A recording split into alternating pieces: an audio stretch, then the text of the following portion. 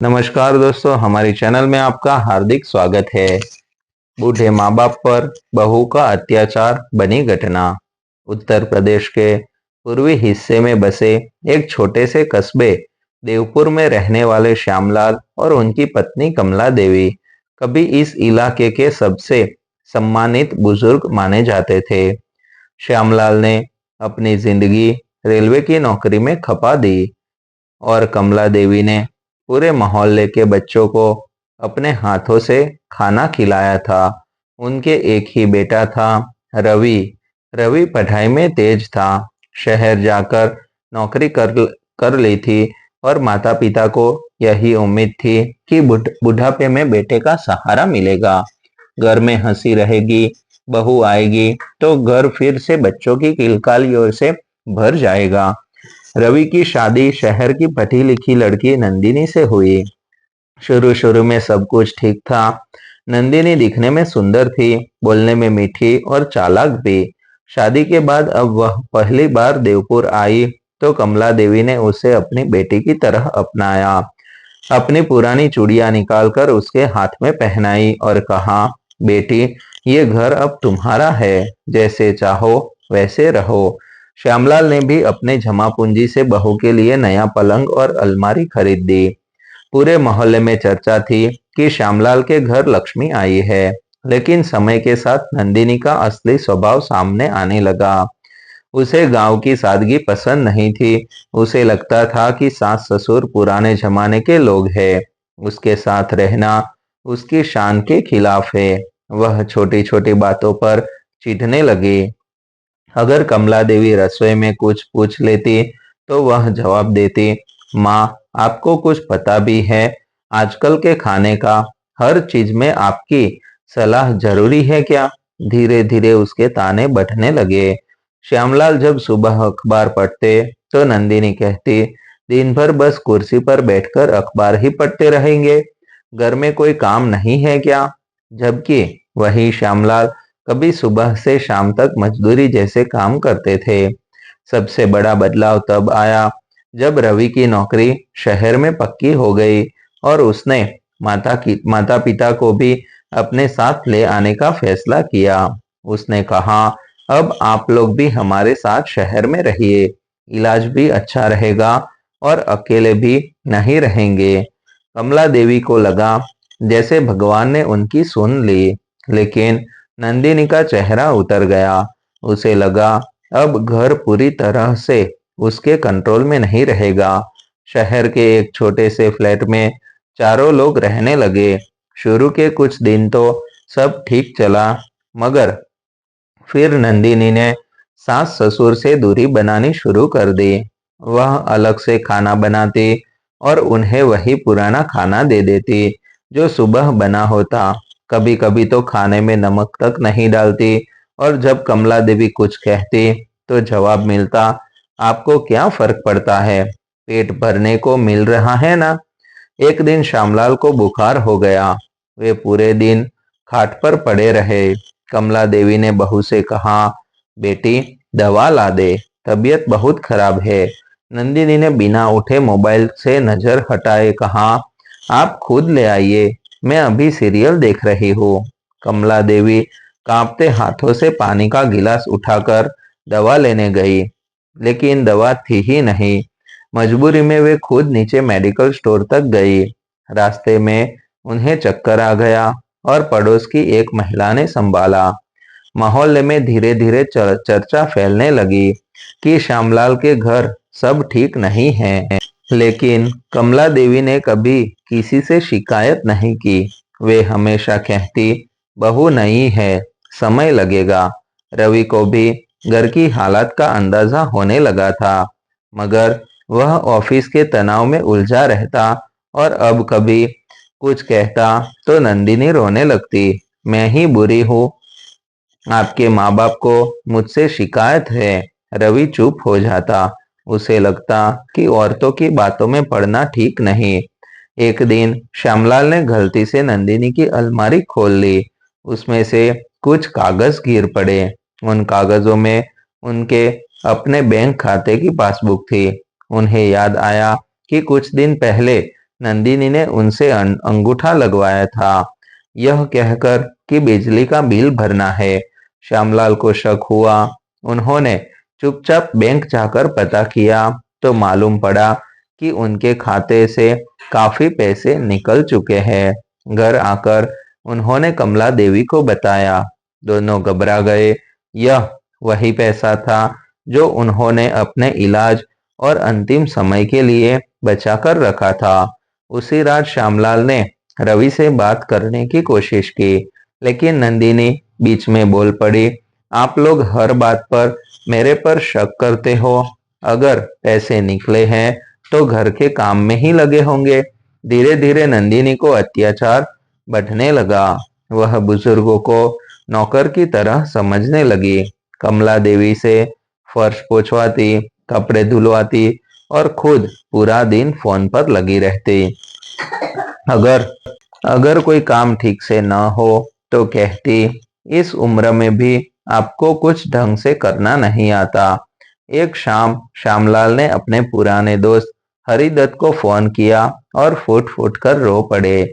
बोले, भाई हमने बेटे को पढ़ाया लिखाया, उसकी शादी की, अब उसी के घर में बेइज्जत हो रहे हैं।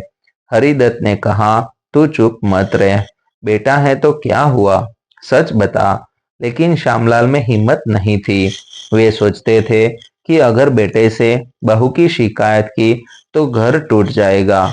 वे यही सोचकर चुप रहते कि शायद हालात बदल जाएंगे। एक दिन नंदिनी ने साफ साफ कह दिया, आप दोनों गांव चले जाइए, यहाँ जगह कम है और आपकी वजह से मेरा चैन खत्म हो गया है। कमला देवी की आंखों में आंसू आ गए। श्यामलाल ने कांपती आवाज में कहा, बेटी हमारा कहाँ कोई और ठिकाना है। नंदिनी ने बेरुखी से कहा, तो मर जाइए, हमें क्या फर्क पड़ता है। यह सुनकर कमला देवी बेहोश होकर गिर पड़ी। रवि उस वक्त ऑफिस में था। पड़ोसियों ने आकर पानी छिड़का। जब रवि आया तो उसने माँ को जमीन पर पड़ा देखा और बहू को फोन पर हंसते हुए बात करते हुए। रवि का दिल कांप उठा। उसने पहली बार सख्त आवाज में कहा, नंदिनी ये सब क्या हो रहा है। नंदिनी ने फिर वही ड्रामा किया, आपके माँ बाप ही मुझे तंग करते हैं, मैं क्या करूं। रवि कुछ नहीं बोल पाया, लेकिन उसके मन में पहली बार शक पैदा हुआ कि शायद गलती सिर्फ उसके माँ बाप की नहीं है। उसी रात श्यामलाल ने मन ही मन फैसला किया कि अगर यही जिंदगी रही तो इससे अच्छा है कि वे किसी आश्रम में चले जाए। उन्होंने कमला देवी का हाथ पकड़ा और कहा, हम बेटे के बोझ बन गए हैं। कमला देवी की आंखों से आंसू बह निकले, लेकिन उन्हें नहीं पता था कि आने वाले दिनों में उनकी चुप्पी एक बड़ा तूफान खड़ा करने वाली है और नंदिनी का अत्याचार अब एक ऐसी हद तक पहुंचने वाला है जिसकी खबर पूरे मोहल्ले और फिर पूरे शहर में फैलने वाली है। अगले दिन सुबह श्यामलाल और कमला देवी चुपचाप अपने कमरे में बैठे थे। रात भर उन्हें नींद नहीं आई थी। दोनों ने तय कर लिया था कि वे किसी आश्रम में जाकर रहेंगे ताकि बेटे बहू पर बोझ न बने। कमला देवी ने अपने पुराने कपड़े एक पोटली में बांध लिए और श्यामलाल ने मंदिर की तस्वीर जेब में रख ली। जब वे दरवाजे की ओर बढ़े तो पड़ोस की महिला सरला ने देख लिया। उसने पूछा, बाबा इतनी सुबह कहाँ जा रहे हो। श्यामलाल की आंखें भर आई। उन्होंने सच बता दिया। सरला ने बिना देर किए मोहल्ले के 2-3 लोगों को बुला लिया। सबने मिलकर रवि को फोन किया और तुरंत घर बुलाया। रवि ऑफिस से भागता हुआ आया। उसने माता पिता को जाते देखा तो घबरा गया।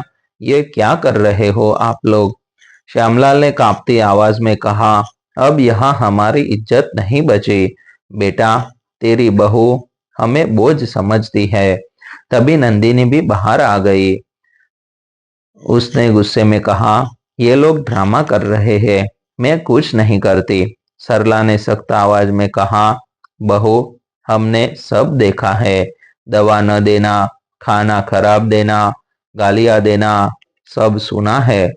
रवि पहली बार खुलकर बोला, नंदिनी सच बताओ, क्या तुमने पापा के खाते से पैसे निकाले? नंदिनी घबरा गई। उसने पहले मना किया, फिर रोने लगी और बोली, हाँ निकाले थे, लेकिन घर के खर्च के लिए। रवि को जैसे बिजली का झटका लगा। उसने कहा, वो पैसा उनके इलाज का था। फिर उसने मोहल्ले वालों के सामने अपने माता पिता के पैर पकड़ लिए। मुझसे बहुत बड़ी गलती हो गई। मैंने आपकी तकलीफ नहीं समझी। नंदिनी अब भी चिल्ला रही थी, या तो ये लोग रहेंगे या मैं। रवि ने शांत लेकिन मजबूत आवाज में कहा, अगर तुम्हें मेरे माँ बाप से इतनी नफरत है तो इस घर में तुम्हारी जगह नहीं है। मोहल्ले वाली की मौजूदगी में नंदिनी का सारा घमंड टूट गया।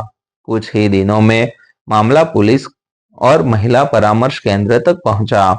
जांच में पता चला कि नंदिनी ने बुजुर्गों के साथ मानसिक और आर्थिक अत्याचार किया है। उसे चेतावनी दी गई और अलग रहने का फैसला हुआ। श्यामलाल और कमला देवी फिर से अपने बेटे के साथ रहने लगे। अब रवि रोज खुद अपने उनके साथ बैठकर खाना खाता और समय देता। कमला देवी की आंखों में फिर से उम्मीद लौट आई और श्यामलाल ने भगवान को धन्यवाद कहा कि उनकी चुप्पी आखिरकार सच सच को बाहर ले आई। इस घटना के बाद देवपुर और शहर दोनों जगह चर्चा होने लगी कि अगर बुजुर्ग चुप रहे तो अत्याचार बढ़ता है और अगर वे आवाज उठाए तो इंसाफ मिलता है। सीख, माँ बाप बोझ नहीं, जीवन की जड़ होते हैं। जो समाज बुजुर्गों का सम्मान नहीं करता, वह खुद अपना भविष्य अंधेरे में धकेलता है। अगर आपको यह कहानी सच्ची लगी, दिल को छू गई और समाज की एक कड़वी सच्चाई दिखा गई, तो इसे लाइक जरूर करें ताकि ऐसी कहानियां और लोगों तक पहुंच सके। अपने माँ बाप और परिवार के साथ इसे शेयर करें। शायद किसी की सोच बदल जाए और किसी बुजुर्ग को नया सहारा मिल जाए। हमारे चैनल को अभी सब्सक्राइब करें और बेल आइकन दबाएं ताकि हर नई, सच्ची और भावुक कहानी सबसे पहले आप तक पहुंचे। आपका एक लाइक हमें हिम्मत देता है। आपका एक शेयर किसी का जीवन बदल सकता है और आपका सब्सक्राइब हमारे लिए सबसे बड़ा समर्थन है। धन्यवाद।